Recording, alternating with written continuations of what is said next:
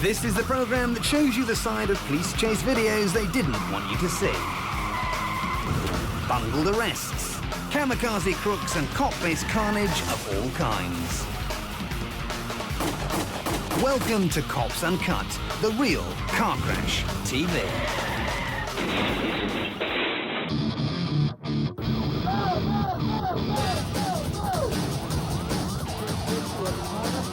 On my way.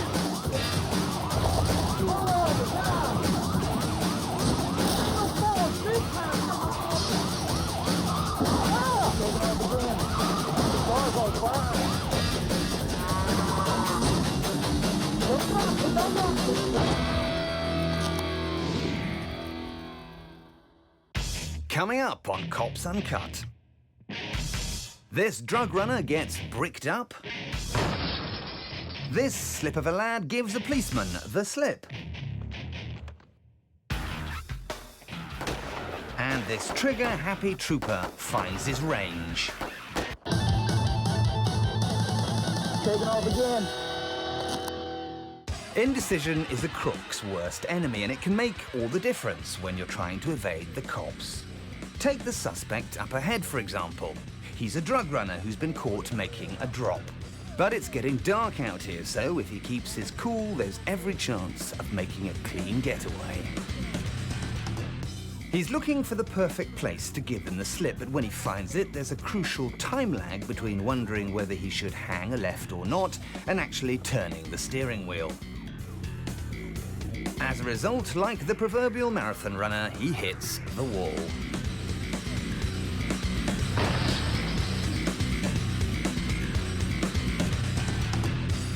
Just a few more feet to the left, and he would have made it. Now he doesn't need the RAC to help him out, just a bricklayer.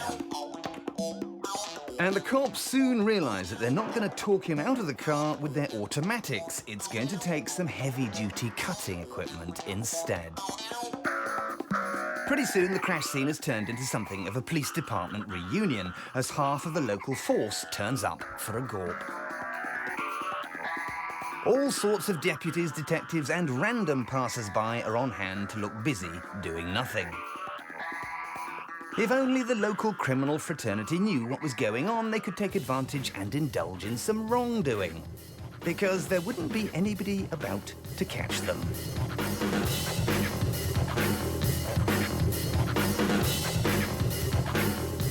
One guy's taking photos to show to his family. And as the fire department arrives on the scene, two old colleagues meet up for what appears to be the first time in years.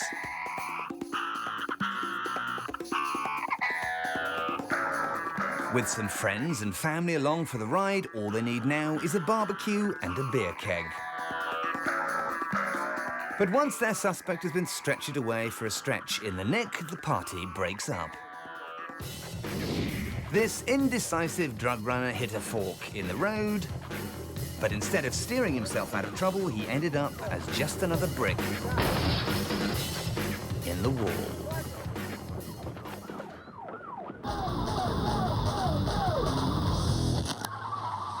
Now, let me explain this to you one more time, okay? These two officers have got a field sobriety test to conduct, and all they need to do is put this piss artist through his paces. And then what you do is you'll raise 1 foot, approximately 6 inches off the ground, and then you'll count 1,001, 1,002, 1,003, all the way. But they've reckoned without his wife, who's keen to stick by her wedding Hold vows. that position. Whoa! Drop the gun! Drop the gun! In the interests of love and honor for her husband, she wants the cops to obey her. Drop the gun! And they're only too happy to oblige, immediately ducking behind the pickup.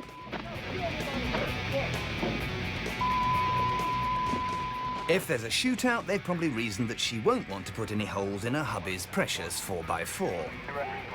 You can certainly see who wears the holster in this relationship.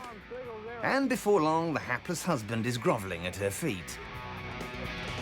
Some guys like to complain about their nagging wives, but not too many have to deal with a pistol-packing partner like this one. And she's got the cops under her thumb too. She's going around the building. She's signal 0. Still to come in part 1. This suspect gains his freedom but loses his shirt. And this cop unloads a clip.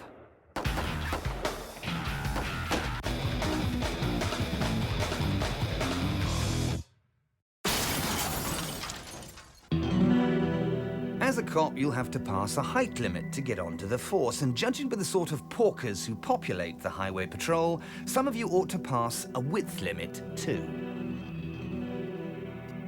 But remember, height and weight can sometimes be no substitute for speed and agility. This officer has noticed something suspicious about the Nissan you see here, but its passenger, for one, isn't going to be intimidated.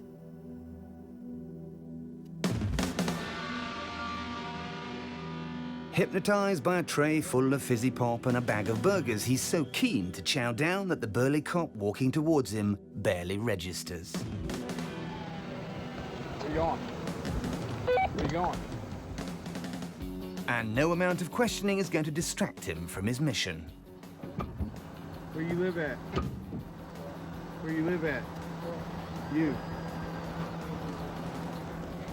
So you just gonna get out of the car when I walk up? Huh?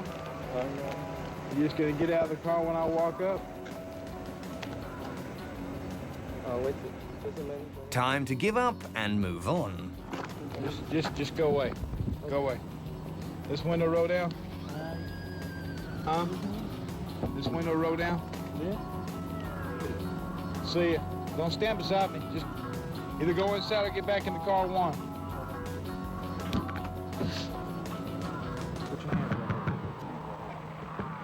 It's the driver this cop is interested in, although however small and weedy your suspect is, you should never assume an arrest is going to be easy. And just because they like junk food doesn't mean they haven't got a fast metabolism. As soon as some suspects see the cuffs, survival instinct kicks in and they'll do everything they can to wriggle free.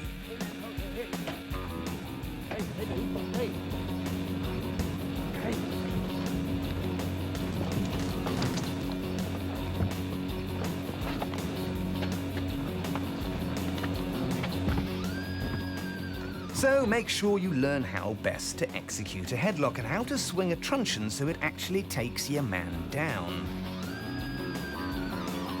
If not, you could be outfoxed and outrun, a bit like this bloke, who returns to his vehicle and gazes forlornly into the bushes. Time to eat some humble pie and call for backup, which soon arrives in the form of a K9 unit. On a cold, wet day and without a hat, a coat or even a shirt, you'd think tracking their man down would be a piece of cake. But with such a strong aroma of junk food in the air, the police dog couldn't pick up his scent, and this fleet-footed offender was never caught. So time for a quick recap. Come between a man and his takeout and you could end up with egg on your face. Because if your policing technique isn't arresting enough, your suspect will just slip through your fingers. Class dismissed.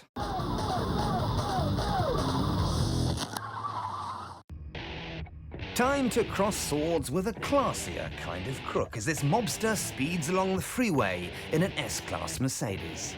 The flashier the car, the higher up the criminal ladder its occupants are going to be, and there are enough police on this wise guy's trail to repel an invading army.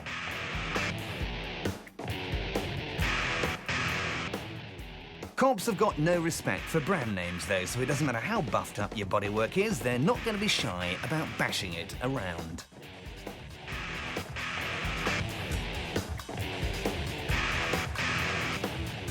They're also not going to be shy about pumping gangster number 1 full of lead as this sharp-shooting sheriff gets to work.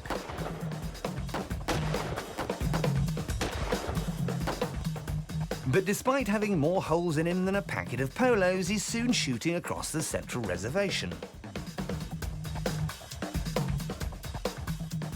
Perhaps Perhaps that was just the cruise control kicking in though, because he then veers across the opposite carriageway and disappears into the trees in a puff of smoke. It looks like the cops have got their man, and all they've got to do now is try and locate him in the shrubbery. While someone checks for tyres in the grass, another officer goes to get his machete out of the boot. Meanwhile, all of that shooting practice has got our marksman worn out, so much so that he needs a bit of a sit down. It's hard work being a cop sometimes, and the recoil from a handgun can really make your arms ache. This good fella thought he could get away from the cops, but despite the bullets bouncing off him,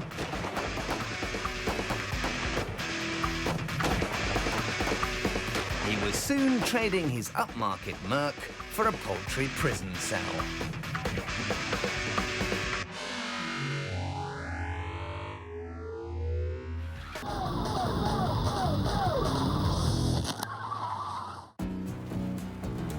These cruisers are pursuing a people carrier, but what's unique about this chase is the person it's carrying.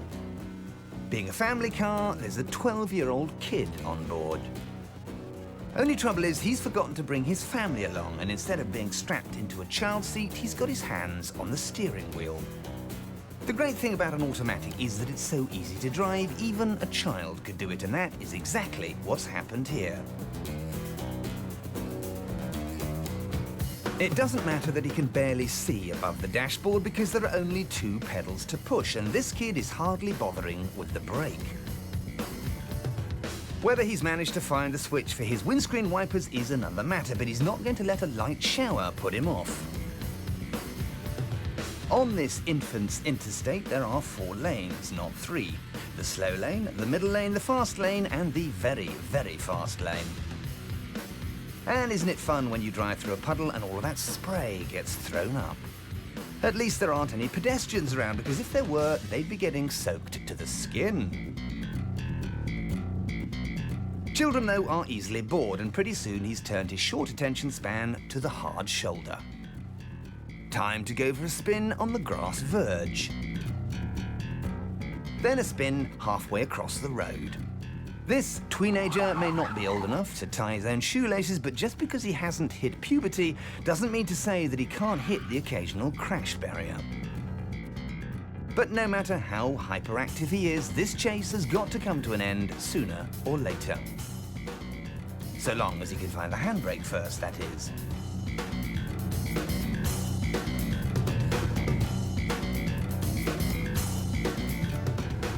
And remember to switch off the engine and shut the door behind him like a good boy. Despite this suspect's tender years, the cops aren't taking any risks and check the car in case there are any other pre-teen tearaways on board. But the only things they're likely to find are a few crisp packets and an empty bottle of Sunny D. The officer has to check all of his jacket pockets before he finds the child-sized handcuffs. And once Babyface throws his toys out of the pram, all that's left to do is to give him a stern talking to and send him to bed without any tea.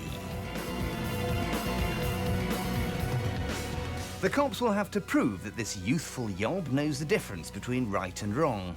But perhaps they should start by teaching him the difference between right and left. Taking off again. Still to come in part 2. Officer Lynch tells us how it's hanging, and this woman is having a whale of a time.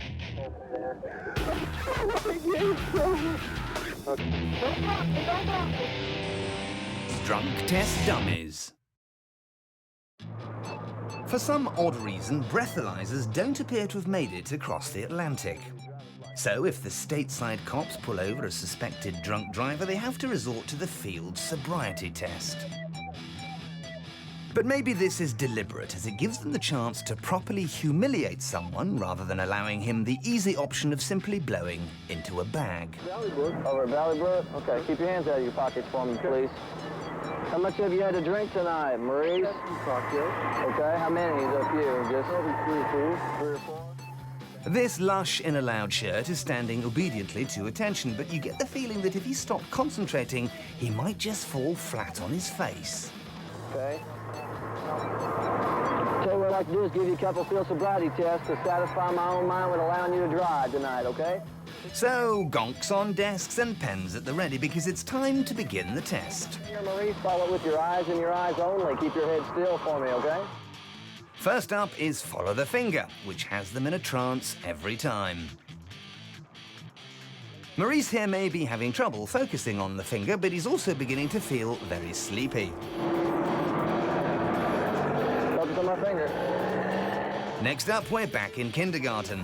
A, B, C, D, E, F, G, H, I, J, K. Say it out loud, I can't hear you. Q, R, S, T, U, V, W. And if Maurice could only remember all of those episodes of Sesame Street he used to watch, he'd be fine. These cops really must have a lot of time on their hands. Either that, or they want some decent video footage to put on their YouTube page. Third on the list is standing on one leg and counting up from 1001, which combines both mental and physical challenges into one impossible task. Go ahead.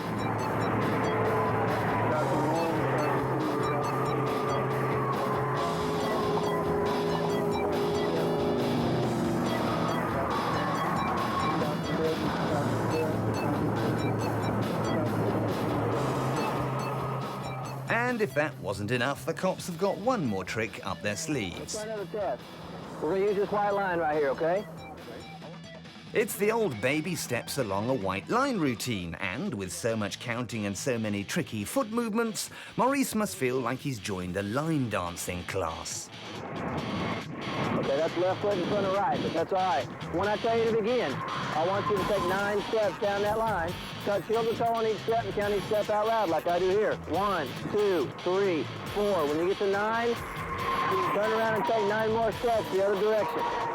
In fact, wearing that shirt and standing in front of those flashing lights, our man is beginning to look like an extra from Saturday Night Fever.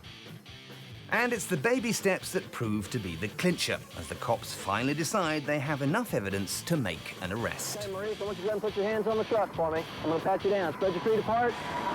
A little wider for me. It may have been blindingly obvious that he was blind drunk from the moment Maurice got out of his pickup, but these lawmen are never ones to pass on the opportunity for a spot of good old-fashioned mental cruelty. So if you're ever caught drunk driving by the Highway Patrol, remember that you could be made to look like an ocean-going dog. Maurice, why don't you put your right hand behind your back for me? At this time, Maurice, you're being pressed under arrest. You're driving under the influence. I feel like you've had too much to drink tonight. Put your other hand back here. Palms together. And if you flunk the exam, there'll be no chance of a retake. Taking off again. Next, we're going up country with Officer Lynch of the Polk County Police Department, who's pulled over a car that was being driven erratically. As Lynch bides his time, the driver is weighing up the pros and cons. In the end, he decides to go for broke. After all, why risk a ticking off or a ticket when you can risk a car crash or a prison sentence instead? So, as the two cars head off into the sunset, sit back and enjoy the scenery. Pretty, isn't it? And pretty boring too if you happen to live there, which may be why this suspect wants to spice up his Saturday night with a high-speed chase. If only there was a bowling alley or a drive-in movie theatre to keep him occupied, he might never have found himself in this situation in the first place. But like a certain tin of potato chips, once you've popped, you can't stop. So all he's got to do now is give himself the opportunity for a fitting finale. And here it comes in the form of a deceptively sharp right-hand bend.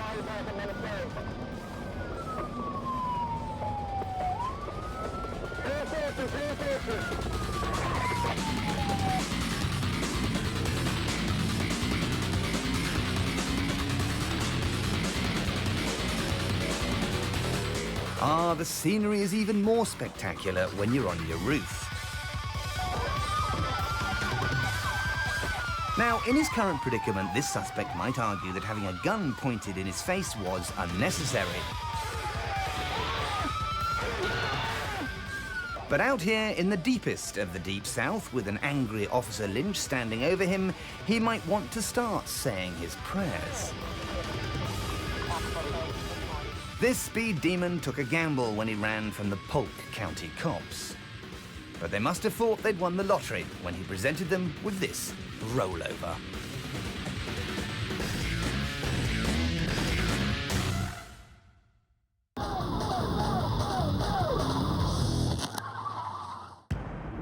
Up until a few moments ago, the expertly parked cop car here was pursuing one Robbie Duckworth.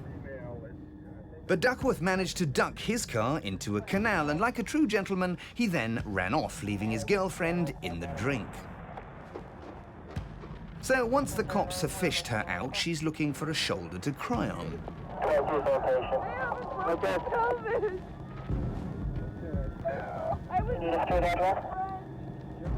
No, he made me get out. Although judging by her current condition, just the one shoulder isn't going to be enough. She wants to tell the cops the full story. Problem is, she keeps on blubbing, and they won't be able to understand any of it. Here, let's lay you down. Come over here. Where? I'm dying. I'm dying.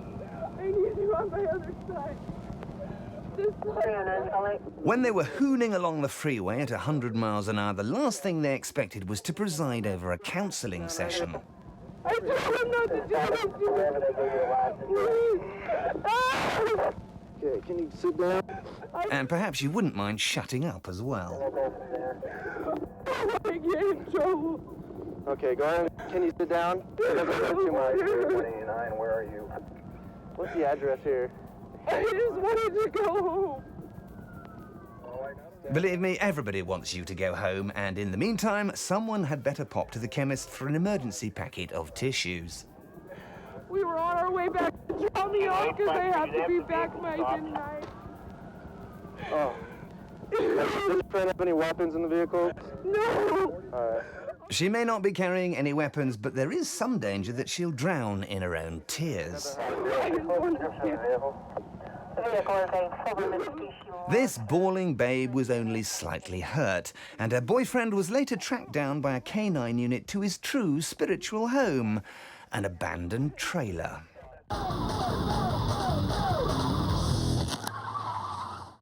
So what have we learnt today on Cops Uncut? Don't go straight on at a T-junction. Hold that position. Whoa! Hell hath no fury like a woman with a shooter in her hand. And keep a firm hold of your suspect, or he could end up slipping through your fingers. Be careful out there.